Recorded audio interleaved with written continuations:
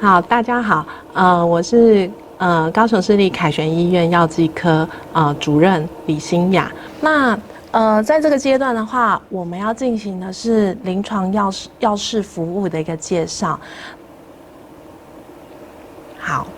那在进行这个阶段的一个介绍的时候，我先来大致上简介一下我们在我们的临床药学部门的一个同事，还有就是我们的工作到底有哪一些。那目前在凯旋的一个就是药剂科的部分，我们的临床药师full time的总共是1位，那 part time 的有4位。那这 part time 的部分的话，也就是代表说他们有其他时间必须要去完成，像是调剂啊，或是他们各自的一个行政工作的一个部分，而不是就是总是 fix 在执行临床药事作业的这个业务的一个部分。那在我们的一个临床药事服务的一个部分的话，我们总共提供大致上这5个部分的一个内容。那以下的话也会来介绍这5个部分的一个内容。那首先的话，我们会有就是药物的一个卫教团体。那再来，我们会有药事整合的一个服务，那还有就是therapeutic drug monitoring， 也就是治疗药物监测的服务，还有就是药物不良反应评估的服务。另外一个是我们去年新增的一个针对居家病人的一个提供药事服务的这个部分。好，那以下的话，我们会分别由这5个部分来做一个介绍。那首先是药事卫教的一个团体的一个部分。那在这个部分的一个执行方式的话，我们其实是每个月会有2次的一个机会。那我们会选择在住院的病房，或是日间病房，或是门诊的病人的部分，或是我们会到社区复健中心的部分，为病人来做一些药物的一些概念药物的一个卫教。那这个是我们真实在病房里面做药物卫教团体的一个过程。那这个过程里面的话，我们其实会在像刚刚可以看到，就是我们在这一个我们的一个海报上面，我们会把我们今天要讲的卫教的一个课程，那也不要太长，大概可能花个10分钟的时间到15分钟的时间来简介这个卫教的一个内容。那因为病人的一个专注力是比较有限的，那在简介了这个卫教的一个内容之后，接下来我会跟他们做一些 Q&A 的一个活动。那 Q&A 的活动的时候，你看病人就很踊跃的去举手，想要回答我的问题。那这样达到一个互动效果的时候，其实对于病人对于这些药物的一个知识的一个认识的话，就会更能记忆。那再来的话，我们要讲的是药事整合服务的一个部分。那这个药事整合服务的一个部分的话，我们会针对就是住院的病人、门诊的病人都会来执行。那为什么要进行药事整合服务？因为在台湾的一个就医环境的话，其实我们对于药物的一个使用，还有我们的医疗一个使用，其实可进性非常强。那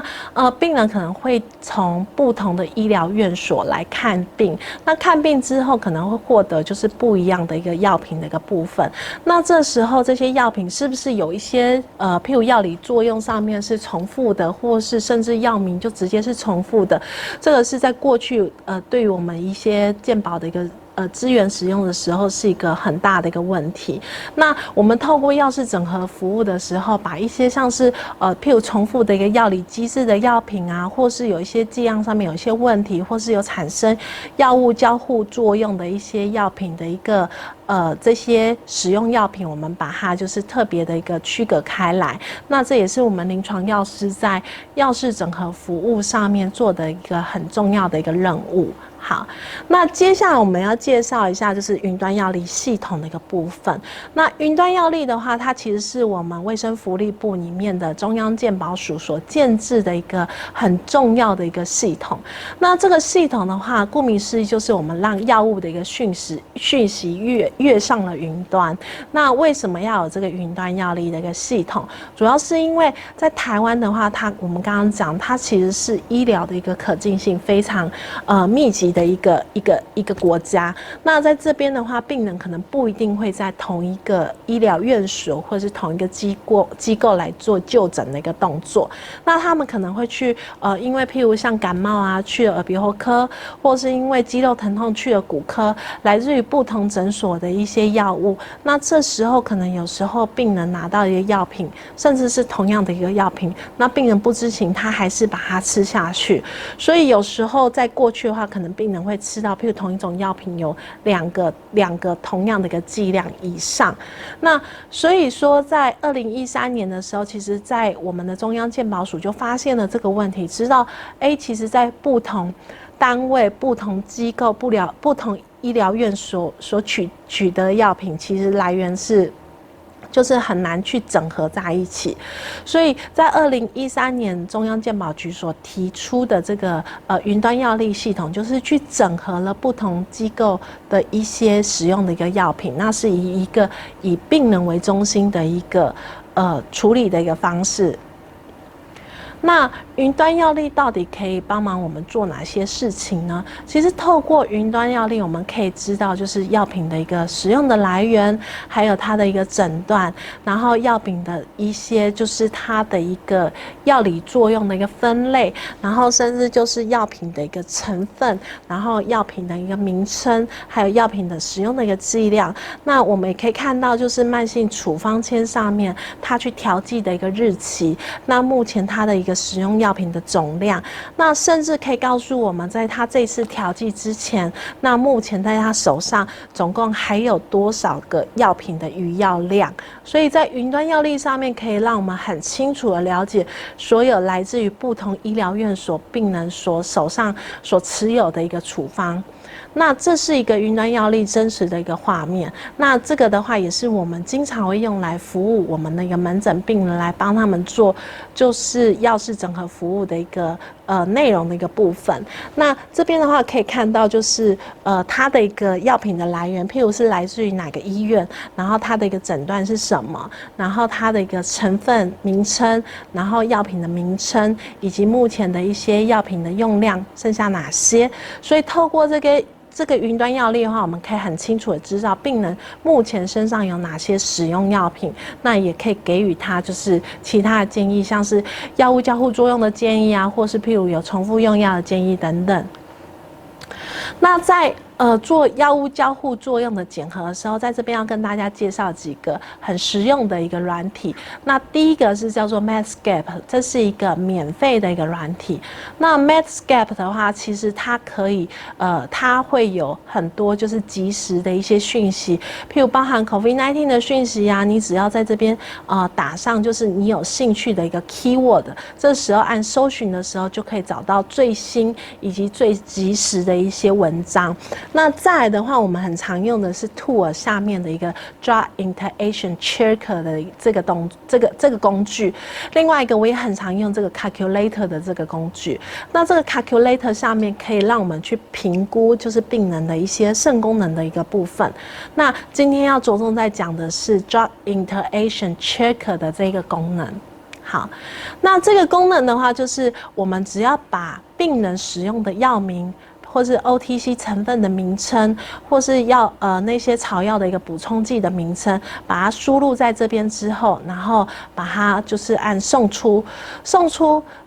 之后，它就会做药物交互作用的一个检核。像这边检核是 haloperidol 跟 leprosidone 的一个药物交互作用，那它是呈现一个 serious， 也就是一个严重的一个问题。那它这边会告诉我们这个药物交互作用的机制是什么样的一个机制，像它的机制是属于 haloperidol 跟 leprosidone， 它是具有增加 QT interval 的这个问题，所以在这边的话，他会建议说是不是要改用其他的一个药物，所以像Medscape 的话，它就可以把药物交互作用的讯息一一的在这个页面呈现。那你也可以借由这个就是药物交互作用的讯息，给予医生就是这一方面的一些建议。好，那第二个一个工具我们要介绍的是 MycoMedex 的这个工具。那 MycoMedex 是属于就是付费授权的一个部分，那这是我们医院所购买的一个付费授权的版本。那一样，它是一个网络上的一个资料库，它也是实时都在做更新的动作。那一旦你对于某一些药品啊，或是疾病，甚至像 toxicology， 你对某一个成分的一个毒理学是有兴趣的，那你一样可以把这个关键字输入在这边来做一个搜寻的一个动作。那搜寻之后，譬如像我们对于 Leprosidone 这个药物，我们有兴趣，所以我们来做一个它的一个整个药品简介的一个搜寻的一个动作。那搜出来之后，它会提供的讯息包含就是成人的使用剂量、小孩的使用剂量、FDA approved 的一些就是它的一个适应症，然后或是 FDA 没有 approved 的适应症。那目前有人在做一些临床试验的一个内容，然后再根据肾功能啊，或是肝功能，你可以调整剂量的一个部分，那你也可以在这边找它的一个剂量的一个部分。那在一些关于药品的一些安全性的讯息，也可以在这边得到一个非常完整的一个资讯。那再来，我们要讲到我们今天的药物交互作用的这一个功能，那一样我们一一的把药物就是输入之后，我们把它送到这个栏位，送到这个栏位的时候，它就会按了提交之后，它就会来对这个栏位统一来做一个药物交互作用的一个检核的一个作用。那可以看到，就是像药物跟药物之间的交互作用，它会按照严重程度来做一个排序，它会把最严重的部分排在第一个，然后次要像是 major， 然后再来 moderate， 最后是 minor 的一个药物交互作用的部分。那譬如第一个药物交互作用的严重性的部分，像 haloperidol 跟 Leprosidone， 那一样，它这边会告诉我们说这是一个什么样的一个药物交互作用。然后这边的话就是很清楚描述它整个药物交互作用的机制，那给予我们做参考。那接下来我们在做一个药事整合服务的时候，我们就可以透过这个内容来提供给医师来做一些相关的一个建议。好，那接下来我们要讲的是我们在院内的部分怎么来做药事整合服务。那在这边的话，我们针对住院的病人的做的药事整合服务的话，我们会从我们系统上面，首先我们会先看到病人就是近期今天他所使用的一个药物总共是有哪些。那在这个部分的话，则是病人从院外带进来的一个药品的名称是哪些。那这个部分的话，会由医师检核过之后，把它输入在我们的一个系统里面。那这时候我们的临床药师第二个步骤会去确认他的一个 lab data， 跟他这次用药情形相关的 lab data， 他可以特别把它调出来。譬如假设这个病人有一些血糖的问题，他有在使用血糖药，那我们可以看到他的finger sugar 的一个血糖是122，那过去可能有高到210，那病人有在使用 valproic acid， 那他的一个血中浓度大概是多少？然后在 creatinine clearance 对这个病人来讲是不是重要的？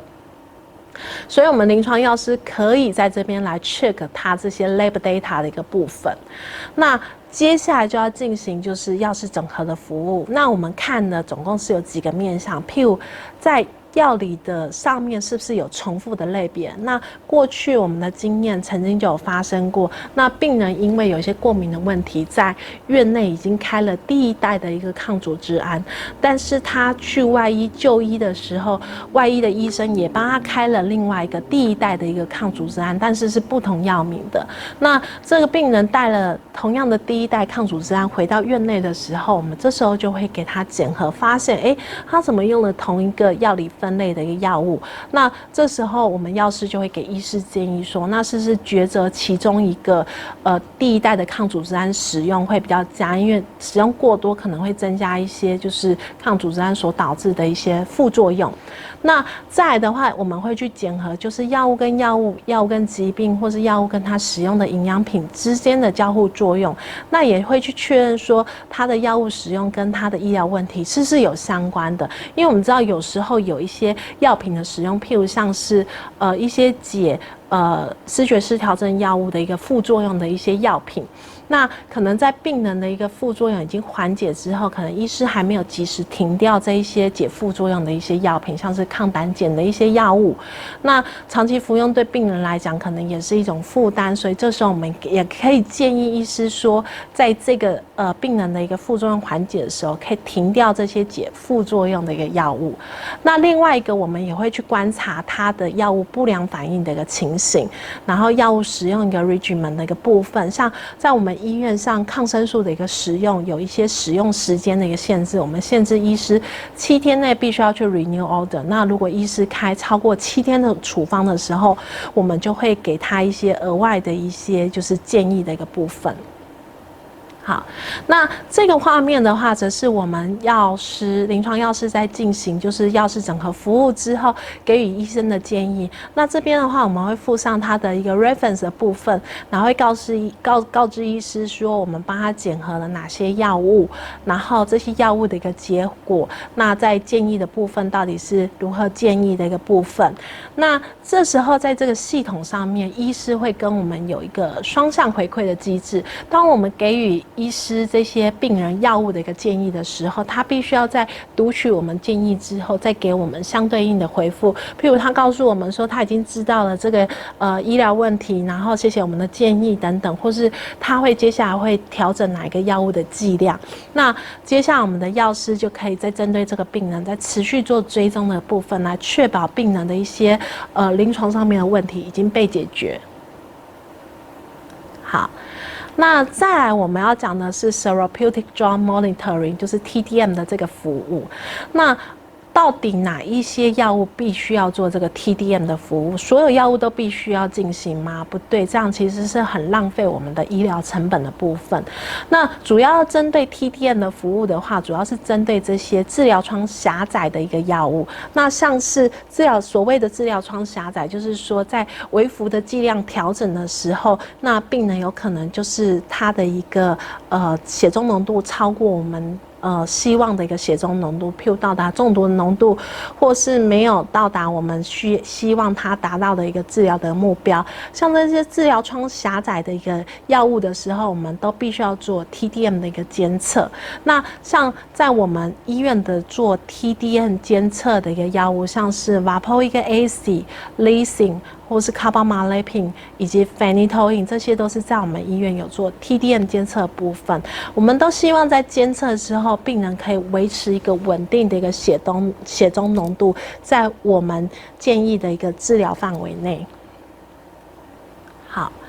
那 TDM 怎么来做执行呢？我们以 Lysine 来做一个例子。那这个锂盐的一个部分，我们其实在我们院内做TDM 的时候，我们会把相关的 pharmacokinetic 的 model 部分把它建置在 Excel 的一个表格里面。那在第一个步骤的话，我们是输入它的一个基本资料，包含它的年龄、性别、身高、serum creatinine， 还有它体重的一个部分。那我们这时候会算出病人的 creatinine clearance。那透过我们知道锂盐它的95%以上都是由肾脏来做代谢，所以一旦肾功能不佳的一个病人，他可能在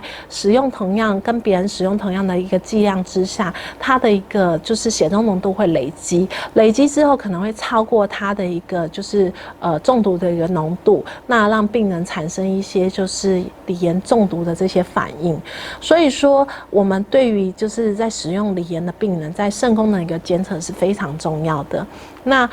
推估它的血中浓度以及给予适当的一个剂量也是非常重要的。那在第二个步骤的话，我们透过就是我们的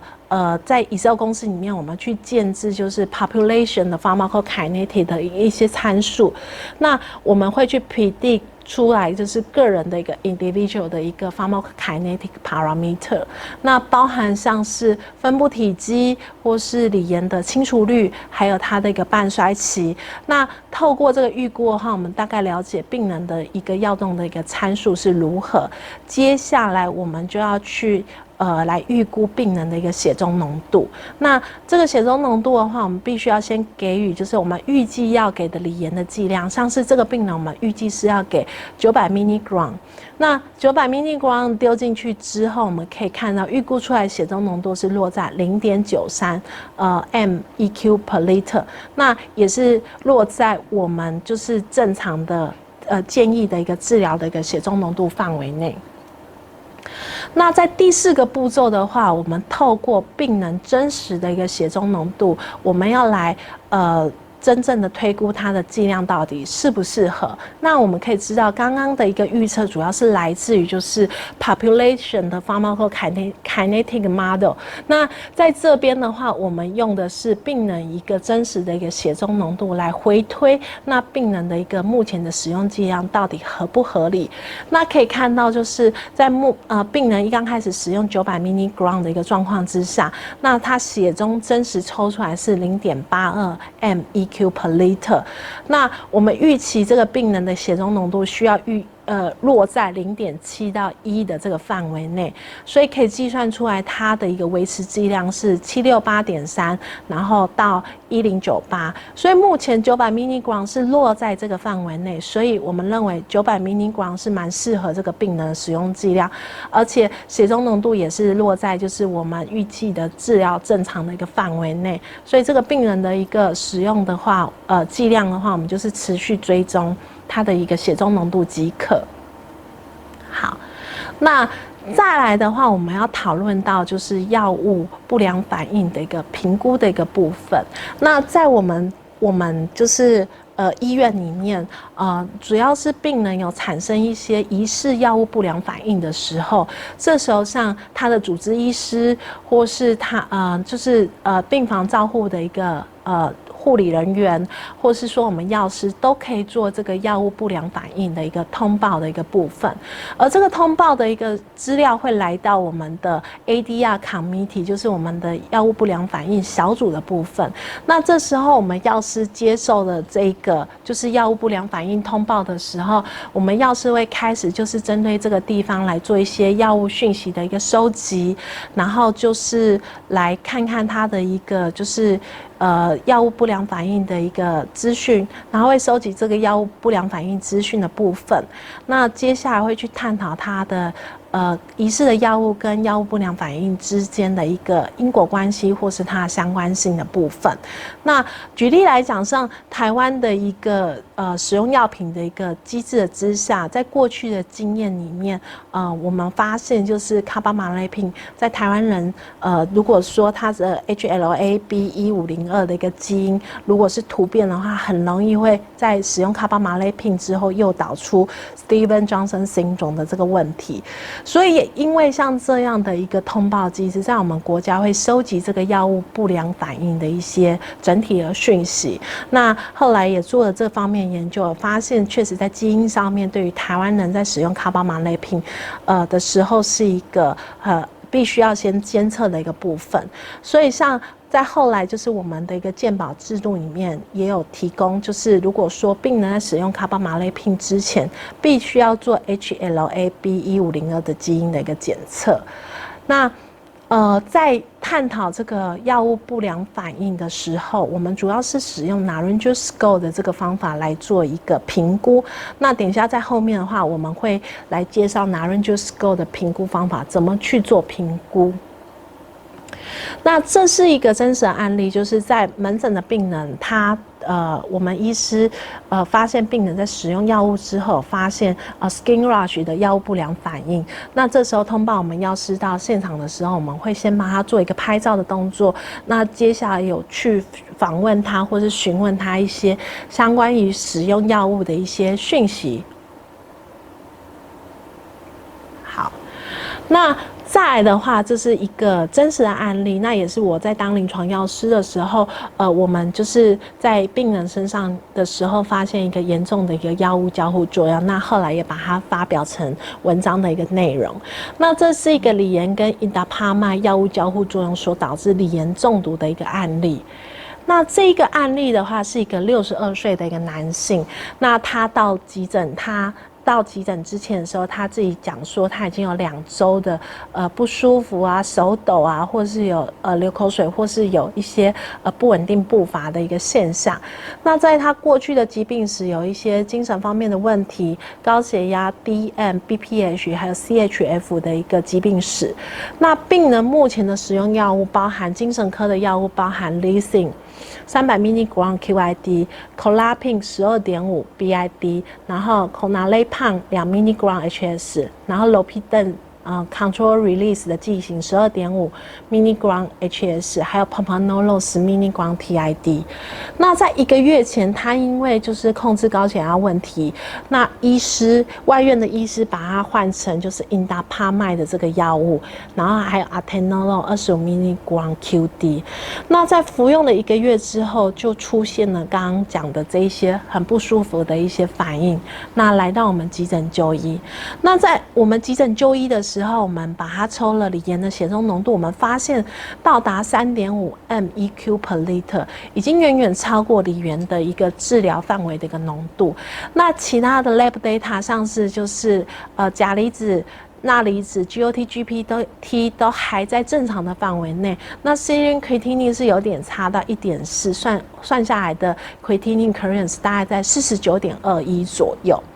那后来在我们药师以及医师的评估之下，发现病人确实是因为就是在Indapamide 的一个介入之后，导致锂盐的一个中毒，然后产生了这个药物不良反应。那当时候 Narangin Score 的一个评分，我们是给到8分左右。好。那接下来我们要讲一下 Narangin Score 8分，刚刚讲到的8分又代表什么样的意义？那 Narangin Score 的话，如果分数越高的话，代表这个 ATR 的一个因果关系是越强烈的；如果分数越低的话，它当然代表它的因果关系是越薄弱的。那 Narangin Score 主要是要看10大面向，第一个就是在过去这个药物交互作用，或是这个药物不良反应是不是有相关文献可以证实？那第二个的话，就是说这个药物不良反应是不是发生在投予你这个疑似药物之后才发生的？那第三个的话是要去看看说这个药物不良反应是不是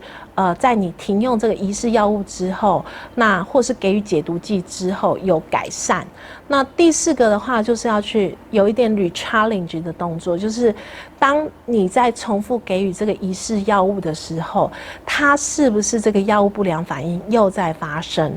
那第五个就是我们常常也会去必须要去探讨，是不是在这个药物不良反应发生的时候，是不是有其他的可能也是导致这一个不良反应？那第六个的话就是给予 placebo 的时候，是不是这个不良反应有再发生一次？那第七个的话，就像我们这次的案例里面，血中浓度是不是证实它是中毒的？确实在这个案例里面，它的血中浓度到达3.5，已经是锂盐的一个中毒的一个血中浓度了。然后再来的话，这个不良反应会不会依着你的剂量增加或是减少而去变化你的一些反应的一个情形？然后再来的话，病人是不是过去也有在相似药物的暴露之下，也有发生类似的一个情形？那第10个评估就是有没有客观的证据确实证实这个药物不良反应是因为这个药物所引起的。所以在我们的这个 Narangin Score 的一个讨论之下，我们会药师跟医师会共同坐下来对这个病人来做这个评估。那评估之后，我们会在就是我们的 ADR 的 committee 上面来做报告。那报告之后，委员会都一致认为说，这个是因为这个药物所引起的药物不良反应之后，我们就会通报到这个全国药物不良反应通报系统上面。那这个通报系统它会收集来自于台湾各地的一个药物不良反应。那也因为这样的收集，所以每一年我们的一个全国药物不良反应通报系统会告诉我们，今年到底有哪一些药物是疑似药物不良反应发生是比较频繁的。那当然我们也可以提醒我们临床的工作者，就是在病人使用这些药物的时候，必须要更要去小心监测一些像是临床上面的一个反应或是数据等等。那也因为有这个全国药物不良反应的通报系统，也会让我们知道我们国人经常引起药物不良反应的药物类别有哪些。那像刚刚讲的卡巴马类吡，也是我们国家在进一步做了一些研究之后，发现台湾人的一个特殊的基因跟卡巴马类吡之间的一个关系，告诉我们在使用卡巴马类吡的时候，必须要去小心，必须要去关注到这个基因的这个问题。好，那再来的话，我们要讲的是在凯旋执行的居家药师服务的一个部分。那居家药师的服务的部分，是每一个病人都必须要纳到这个居家药师服务的计划里面吗？那其实是不是的。如果说病人他是属于以下的条件，譬如他一次使用很多种不一样药品的话，像是他有在使用血糖药啊，或是血脂药啊，或是他对于就是药物的一个使用，他的依顺性不是很好的，那像这一类的病人，我们可能会由医师或是护理人员在居家计划里面发现的这一些病人，然后转到我们的药师照护的这个服务计划里面。那我们从去年6月才开始这个新的计划，那直到今年的7月，总共我们已经服务了379位的一个病人，所以服务量其实是蛮高的。那在服务的过程当中，其实我们会透过有效率的一个卫教方式，譬如我们用图示化的一个卫教方式，告诉病人他的一个副作用必须要小心什么，或是他必须要特别的去在饮食上面做哪一些控制。那另外一个下面这个病人，就是因为他血压控制不是很好，我们建议他买了血压机之后，那再借由药师来教他使用血压机，并且记录他的血压。那我们每个月去访视他的时候，就会特别去看一下他的血压的一个记录的一个情形，来知道他的服用药物之后血压控制的一个状况。所以在整个就是居家服务里面，我们其实做了很多像是卫教的动作，然后告诉病人哪些可以做，哪些不可以做，还有他的环境里面，他是不是有去使用一些中草药啊，或是有一些营养补充品的部分，也把它纳回我们必须要再帮他做药事整合服务的其中一个环节。好，那这就是我们临床药事服务的一个内容。以上报告，谢谢。